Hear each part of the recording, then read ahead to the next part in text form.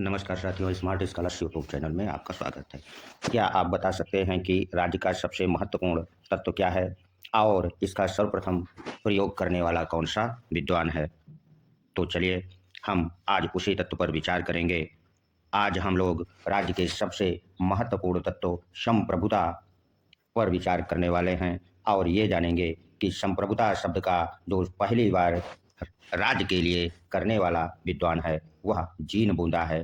संप्रभुता पर उसके क्या विचार हैं उसको हम लोग बारीकी से अध्ययन करेंगे। तो चलिए शुरू करते हैं कि संप्रभुता पर जो जीन बूंदा का क्या विचार है। तो आधुनिक युग में मैकियावली ने राष्ट्र राज्य का जो विचार दिया उसे दार्शनिक एवं सैद्धांतिक आधार प्रदान करने का यदि किसी को श्रेय जाता है तो वह फ्रांसीसी विचारक बूंदा को है। बूंदा ने राज्य के उत्पत्ति के शक्ति सिद्धांत की आलोचना करते हुए उसने कहा कि राज्य का निर्माण केवल शक्ति से नहीं होता है बल्कि इसके लिए संप्रभुता का होना आवश्यक है। उसका एक प्रसिद्ध कथन है कि उच्चतर शक्ति केवल डाकुओं का झुंड बना सकती है, राज्य का नहीं। उसका यह स्टेटमेंट राज्य के शक्ति राज्य के उत्पत्ति के शक्ति सिद्धांत की आलोचना के परिणाम स्वरूप दिया गया। चलिए अब हम लोग ये जान लें कि बूंदा जो कि फ्रांसीसी विचारक था उसने अपनी प्रसिद्ध पुस्तक the six books of Commonwealth में 1576 में सर्वप्रथम यानी कि सबसे पहले संप्रभुता शब्द का प्रयोग किया है। मुझे लगता है कि यहाँ से एक प्रश्न बन सकता है, आपसे पूछा जा सकता है कि संप्रभुता शब्द का प्रयोग करने वाला सर्वप्रथम विद्वान कौन था? तो अब आप उत्तर लगाएंगे फ्रांसीसी विचारक जीन बूंदा। दूसरा प्रश्न हो सकता है कि आपसे पूछ ले कि किस पुस्तक में उसने संप्रभुता शब्द का प्रयोग किया? तो the six book of Commonwealth में प्रयोग करता है। अब हमको यह जानना जरूरी है कि संप्रभुता शब्द से क्या अभिप्राय है। तो बूंदा के अनुसार यानी जो बूंदा संप्रभुता शब्द को परिभाषित करता है उसके अनुसार संप्रभुता नागरिकों एवं प्रजाजनों के ऊपर राज्य की ऐसी सर्वोच्च शक्ति है जो कि विधियों व कानूनों के नियंत्रण से मुक्त है। अर्थात संप्रभुता नागरिकों और प्रजाजनों के ऊपर राज्य की ऐसी सर्वोच्च शक्ति होती है जिस पर विधियों व कानूनों का कोई बंधन नहीं होता है। अब हम लोग यहाँ पर यह भी जान लें कि बूंदा ने संप्रभुता की कौन कौन सी विशेषताएं बतलाई हैं। तो संप्रभुता की जो विशेषताएं बूंदा ने बतलाई हैं उसमें उसने कहा कि संप्रभुता सर्वोच्च एवं निरपेक्ष होती है। अर्थात जो संप्रभुता है वो सबसे सर्वोच्च और निरपेक्ष होती है। दूसरी विशेषता उसने ये बतलाई कि संप्रभुता अभाज्य एवं अदेय है, अर्थात संप्रभुता को विभाजित नहीं किया जा सकता एवं संप्रभुता अदेय है, किसी को दी नहीं जा सकती है। संप्रभुता की तीसरी विशेषता बूंदा ने यह बतलाई कि जो संप्रभुता है वह विधियों और कानूनों से ऊपर है। और चौथी विशेषता उसने ये बतलाई कि जो संप्रभुता है वो सतत एवं अस्थायी है।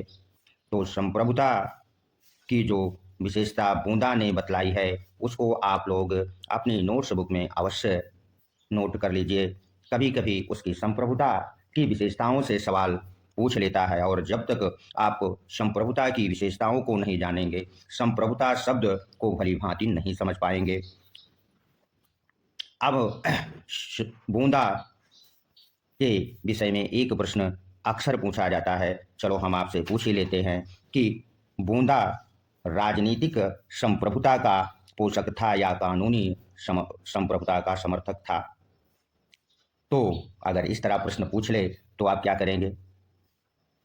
तो चलिए हम बता देते हैं कि बूंदा कानूनी संप्रभुता का समर्थक था, ना कि राजनीतिक तथा लोकप्रिय संप्रभुता का।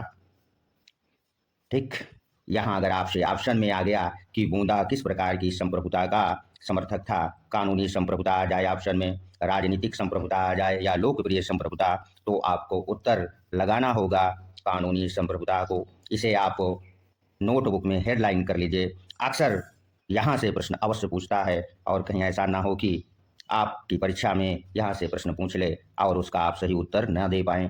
तो चलिए अब हम बूंदा के संप्रभुता की मर्यादाएं या सीमाएं क्या हैं उसको जान लें।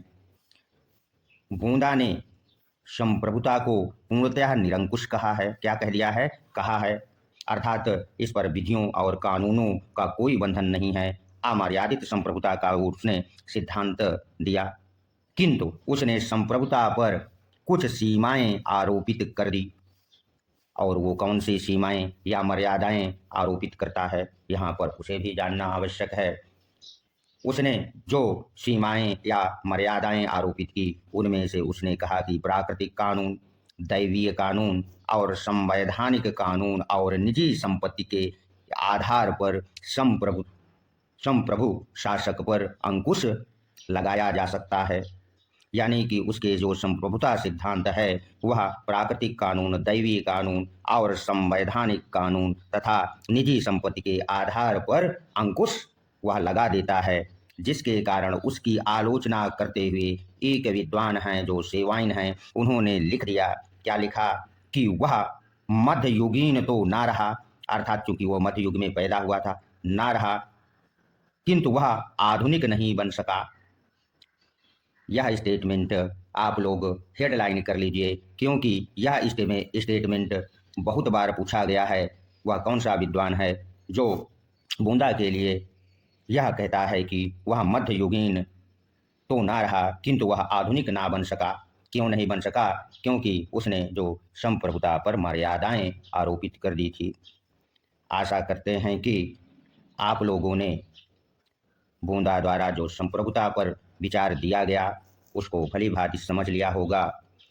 और यदि यह वीडियो अच्छा लगा तो इसे सब्सक्राइब कर दीजिए और अधिक से अधिक छात्रों को शेयर भी कर दीजिए ताकि वो इसका लाभ उठा सकें। अगला जो वीडियो हमारा होगा वह हाफ्स के जीवन परिचय का होगा, उसको जानेंगे। और ऐसे विद्यार्थी जो इस चैनल से आज ही जुड़े हैं उनको हम बता देना उचित समझते हैं कि पश्चिमी विचारकों में से हमने प्लेटो, अरस्तु और मैकियावली का कंप्लीट प्लेलिस्ट बना दिया है, उसे जाकर देख लें ताकि आपकी टीजीटी, पीजीटी व असिस्टेंट प्रोफेसर परीक्षा राजनीति विषय की अच्छी से अच्छी तैयारी हो सके। धन्यवाद, मिलते हैं अगले वीडियो में।